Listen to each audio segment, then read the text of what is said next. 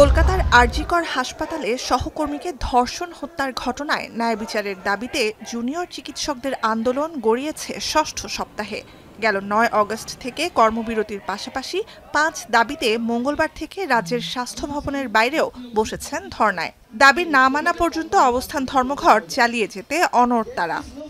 মুখ্যমন্ত্রী যখন ভোটের প্রচার করে তখন বড় বড় হোর্ডিংয়ে লেখা থাকে বাংলা নিজের মেয়েকেই চায়, তো বাংলা নিজের মেয়ের বিচার কেন দিচ্ছেন না?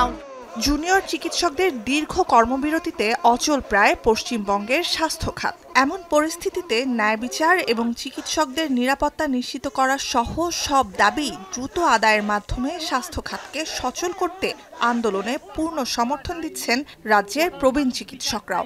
এমনকি প্রয়োজনে তারাও কর্মবিরতিতে যাবেন বলেও সতর্ক করেছেন প্রশাসনকে। সিনিয়র চিকিৎসকরা জুনিয়র ডাক্তারদের আন্দোলনের পাশে সর্বদাই আছে।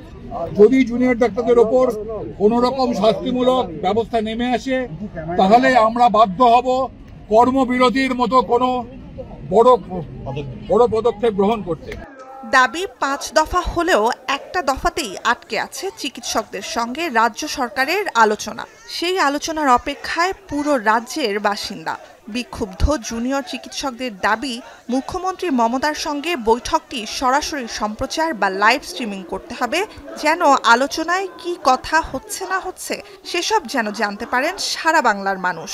কিন্তু এতে কোনোভাবেই রাজি নয় রাজ্য সরকার। নিহত চিকিৎসকের জন্য ন্যায় বিচার আর চিকিৎসকদের নিরাপত্তা নিশ্চিতের মতো সাধারণ দাবি পূরণে মমতার কালক্ষেপণে ক্ষুব্ধ সাধারণ মানুষ।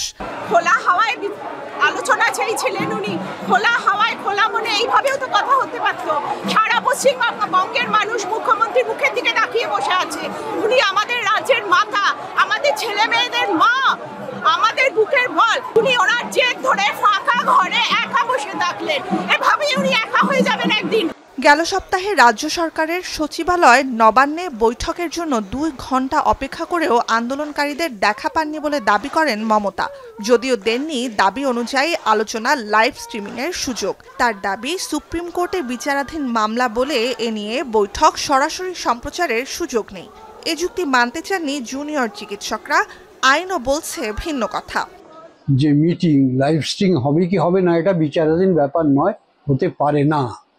মিটিং ডাকার কথা বা আলোচনা করার কথা সুপ্রিম কোর্টের অর্ডারে বলা আছে, কিন্তু কিভাবে আলোচনা হবে, লাইভ স্ট্রিমিং হবে কি হবে না এটা বলা থাকতে পারে না।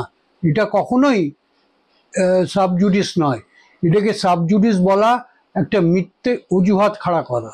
জ্যোতি বসুর পর পশ্চিমবঙ্গের সবচেয়ে দীর্ঘমেয়াদী মুখ্যমন্ত্রী মমতা বন্দ্যোপাধ্যায় ১,০০০ একর কৃষি জমি পুঁজিবাদীদের কাছ থেকে ছিনিয়ে ৯,০০০-এর বেশি ভূমি মালিককে ফিরিয়ে দিতে প্রতিবাদের মশাল ধরা নেত্রী তিনি। সেই মমতাই টানা ১৩ বছরের বেশি সময়ের ক্ষমতায় সবচেয়ে বড় বিক্ষোভের মুখে পড়েছেন এখন। চতুর্দিক থেকে চাপ বাড়তে থাকার মধ্যে কোন পথ বেছে নেন তৃণমূল কংগ্রেস প্রধান, সেটাই দেখার অপেক্ষায় পশ্চিমবঙ্গবাসী। নুজহাত কামাল, এখন বিশ্ব। কালার এক্সপার্ট, জর্জ স্যাপ এবং মাইল্ড অন হ্যান্ডস টেকনোলজি সমৃদ্ধ অরিক্স ক্রিস্টাল ওয়াশ আপনার লন্ড্রি এক্সপার্ট।